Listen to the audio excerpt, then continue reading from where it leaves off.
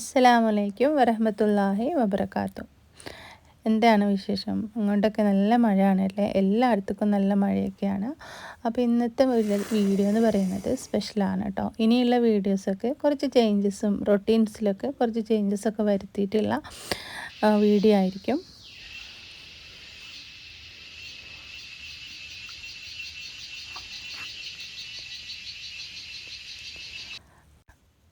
Evening ടൈമാണ്. Just ഒന്ന് video എടുക്കാൻ വേണ്ടി പുറത്തിറങ്ങിയതാണ്. മഗ്‌രിബ് ബാങ്ക് കൊടുത്തപ്പോൾ വേഗം തന്നെ നിസ്കാരമൊക്കെ കഴിഞ്ഞു. കുറച്ച് നേരം ഓതാറും ഉണ്ട് കേട്ടോ. അങ്ങനെ നിസ്കാരമൊക്കെ കഴിഞ്ഞ് അടുക്കളയിലേക്ക് വന്നിട്ടുണ്ട്. രാവിലേക്കുള്ള മാവൊക്കെ ഒന്ന് അരച്ച് വെക്കണം. വെള്ളയപ്പത്തിനുള്ള മാവാണ് കേട്ടോ. അപ്പോൾ വെള്ളയപ്പമല്ല, ദോശയ്ക്കുള്ള മാവാണ്.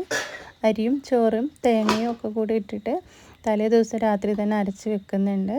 ഞാനിതിൽ ഈസ്റ്റ്, ബേക്കിംഗ് സോഡ ഒന്നും തന്നെ ചേർക്കുന്നില്ല. കൈകൊണ്ട് മിക്സാക്കി എടുക്കുന്നുമില്ല കേട്ടോ. കാരണം കൈകൊണ്ട് മിക്സാക്കി എടുക്കുമ്പോൾ ഒരുപാട് അങ്ങോട്ട് പുളിക്കുമല്ലോ ദോശ.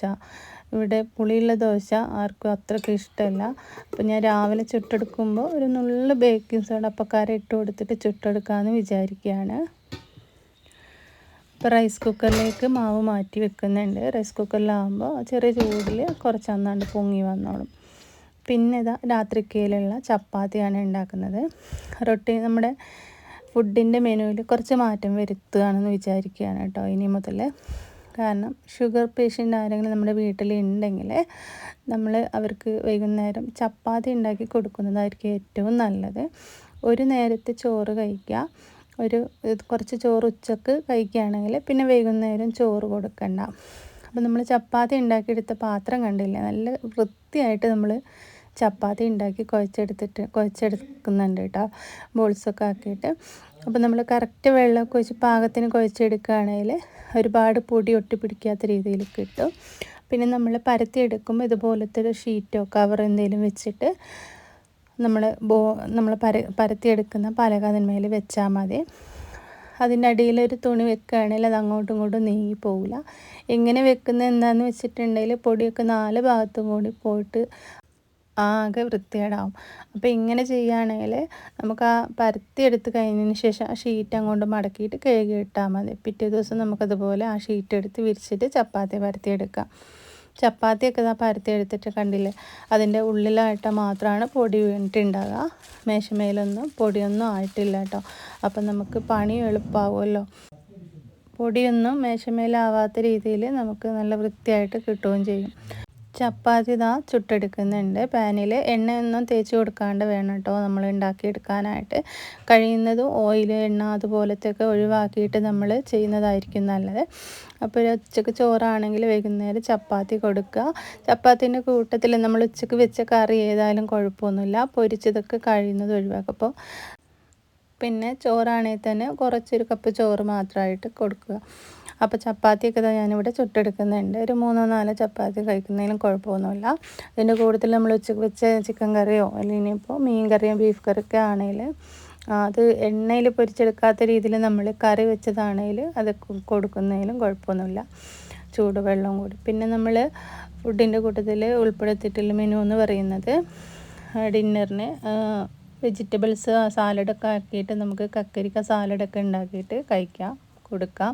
അപ്പോൾ ഇത് വെറുതെ ഇങ്ങനെ ഇതിൻ്റെ ഒരുപാട് മൂത്തതാണ്, തൊലിയൊക്കെ കളഞ്ഞിട്ട് കട്ട് ചെയ്തിട്ട് ചെറുനാരങ്ങ നീര് പിഴിഞ്ഞിട്ട് അത് അങ്ങനെ കൊടുക്കുന്നത് നല്ലതാണ് കേട്ടോ.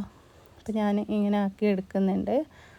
ഒരു പീസ് ചെറുനാരങ്ങൻ്റെ ആ നീര് മുഴുവനായിട്ട് പിഴിഞ്ഞ് കൊടുക്കണ്ട, ജസ്റ്റ് ഒന്ന് സ്പ്രെഡ് ചെയ്ത് കൊടുത്താൽ അത്രയും മതി കേട്ടോ. അൽഹംദുലില്ലാ പിറ്റേ ദിവസം ആയിട്ടുണ്ട്. രാവിലെ നല്ലൊരു വെളിച്ചമൊക്കെ കാണുന്നുണ്ട് കേട്ടോ. ചെറുതായിട്ട് മഴയൊക്കെ ചാറുന്നുണ്ട്.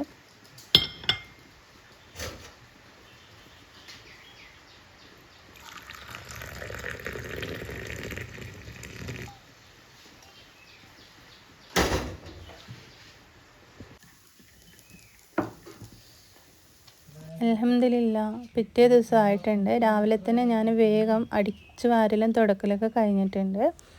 മഴയൊക്കെ ചെറുതായിട്ട് ഇങ്ങനെ ചാറിക്കൊണ്ടിരിക്കുന്നുണ്ട് കേട്ടോ. അടുക്കളയിലേക്ക് വന്നിട്ട് ഇതാ മാവ് എടുത്ത് നോക്കുന്നുണ്ട്. അപ്പോൾ മാവ് നന്നായിട്ട് തന്നെ ഇതാ പൊങ്ങി വന്നിട്ടുണ്ട് കേട്ടോ. ഇനിയിപ്പോൾ ഇതൊക്കെ കൂടെ ഞാൻ ചുട്ടെടുക്കുന്നില്ല. കുറച്ച് മാവ് ഞാൻ ഇതിൽ നിന്ന് ഒന്ന് മിക്സാക്കിയതിന് ശേഷം വേറൊരു പാത്രത്തിലേക്ക് ഒഴിച്ച് ഫ്രിഡ്ജിലേക്ക് വെക്കുകയാണ്. അപ്പോൾ നമ്മൾ ഇങ്ങനെയാണ് കേട്ടോ ഞാനിവിടെ മാവ് സ്റ്റോർ ചെയ്ത് വെക്കാറുള്ളത്.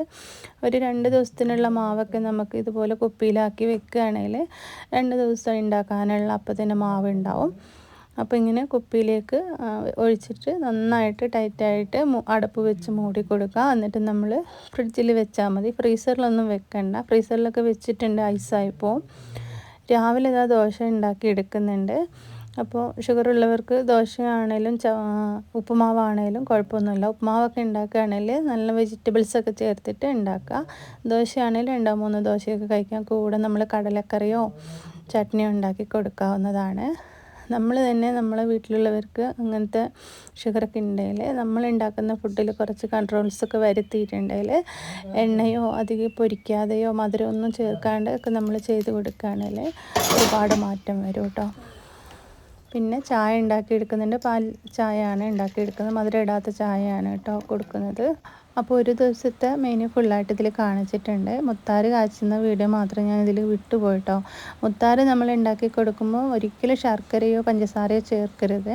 തവിടോട് കൂടിയിട്ട് വേണം കാച്ചി കൊടുക്കാനായിട്ട്. പാലിൽ കാച്ചി കൊടുത്താലും മതി. അപ്പോൾ ഇന്നത്തെ കുഞ്ഞു വിശേഷങ്ങൾ ഇതൊക്കെയാണ്. വീഡിയോ ഇഷ്ടമായി ലൈക്ക് ചെയ്യാൻ മറക്കരുത്.